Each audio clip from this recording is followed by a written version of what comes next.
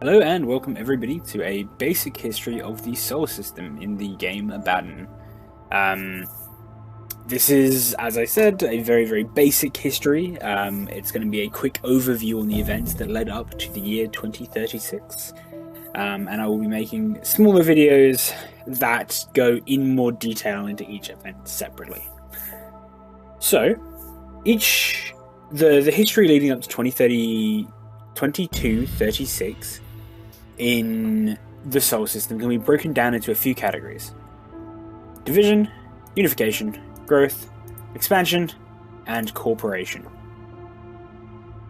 Each different breakdown is categorized by at least one major event. And for division, that event was World War III, which happens in 2019. And brought about by a political situation not too unlike the one we currently see in the world today. Leaders vying for power and not willing to accept their own problems and faults basically begin the war. Most historians in 2236 recognize that the war itself was unnecessary, as most are, and could have been saved if cooler heads would have prevailed. The war ended without a clear victor. A truce was signed between the two sides to stop the bloodshed, and that happened in 2024. Then there was unification, which saw the Ashford reforms. In 2025, November specifically, the Future Peace Conference, or FPC, was held in London. Essentially, the goal of the conference was to ensure that another event like World War III didn't happen again. Whilst the conference was underway during its first couple of months, a young journalist by the name of Linda Ashford proposed the abolishment of individual national governments and the establishment of a broader continental government system. The proposal itself quickly gained a lot of popularity and support throughout the larger community. Many of the world leaders who currently controlled the different governments were world leaders put in place after World War III, and although a lot were hesitant to give up their power, most of them agreed that this would be best. In 2027, after years of deliberating, a vote was taken on the Ashford reforms. It passed unanimously. In the 2 years between the Ashford reforms passing and the vote, between the proposal of the Ashford reforms and the passing of the vote, many world leaders were replaced by popular vote. The Ashford reforms gained such popularity within the population base of different countries that leaders were actually elected based on their stance on the Ashford reforms, and many world leaders who were fighting very hard against the Ashford reforms were actually just voted out by their populace. The continental government system worked, and it worked really well.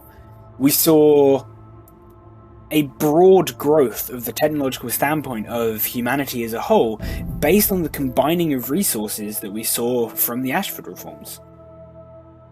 And this led to the period of growth, and most specifically, the lunar mission. The period of growth saw a huge spike in Earth's total population. The jobs were getting slim, the places to live were getting slimmer, and different proposals were put in place on how to solve this problem.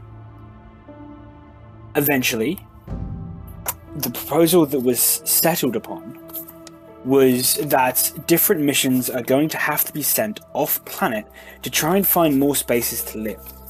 With the technology advancements that we saw during the period of growth, this actually became quite possible. And we very quickly saw a mission launched by the European government,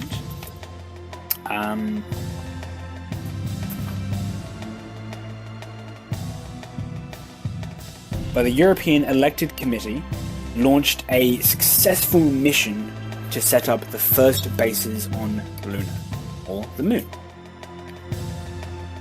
From this point, we saw advances in technology, greater we saw technology take greater and greater leaps. Drive technology became a huge area of study, and the advancements we saw there were amazing. The ability to reach further and further afield was suddenly in our grasp. Then we entered the age of expansion. Most importantly, the colonization of Mars. Oops. In 2066, the Australasian Republic launches 3 colony ships, the Yelfen, the Simshong, and the Endeavour, on a trajectory to intercept Mars. The trip itself, with the new drive technology, took 5 months, with the 3 ships burning at roughly 1.4 Gs.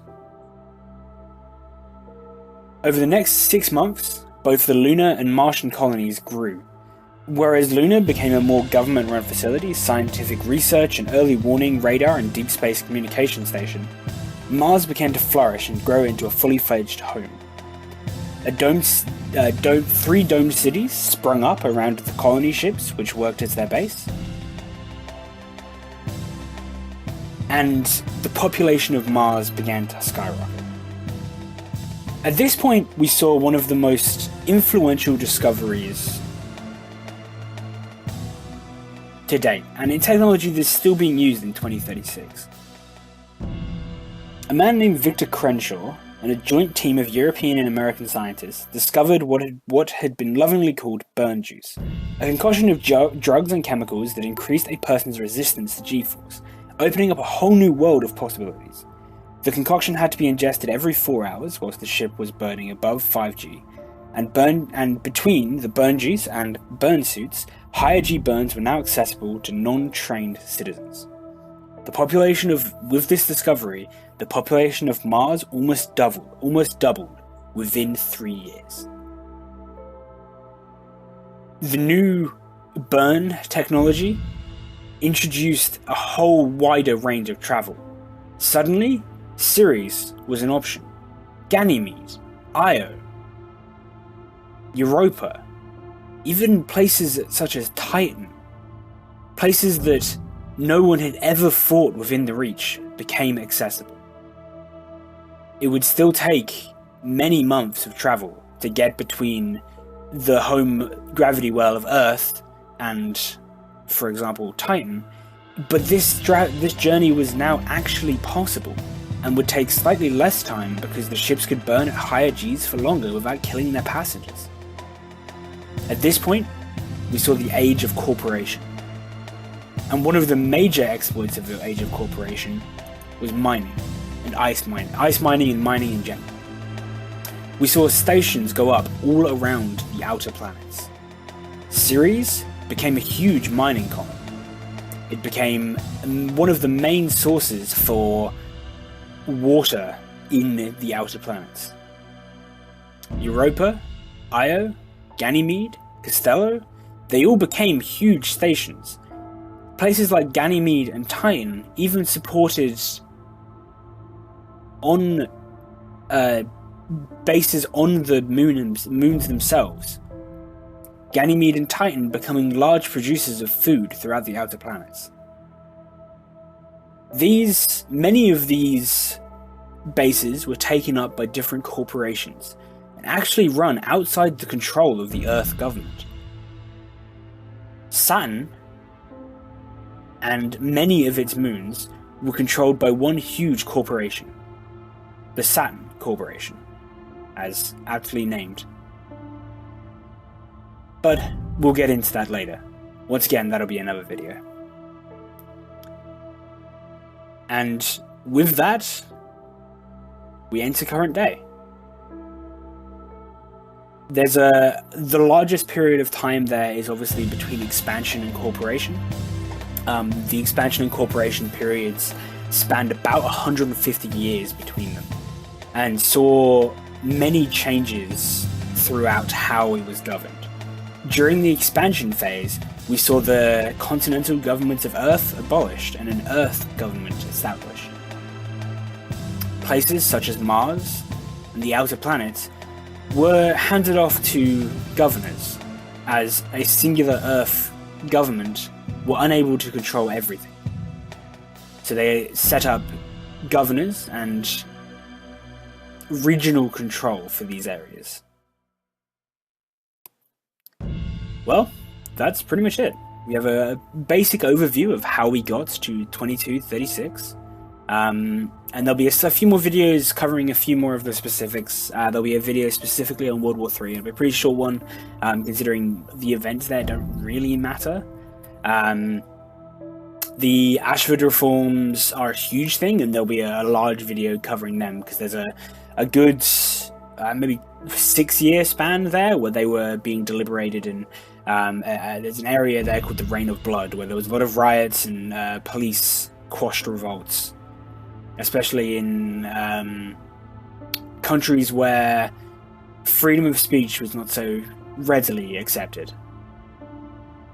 The lunar mission and colonization of Mars are 2 other points of interest that we will cover, as well as a few of the other important events that happened during the growth and expansion periods of the history.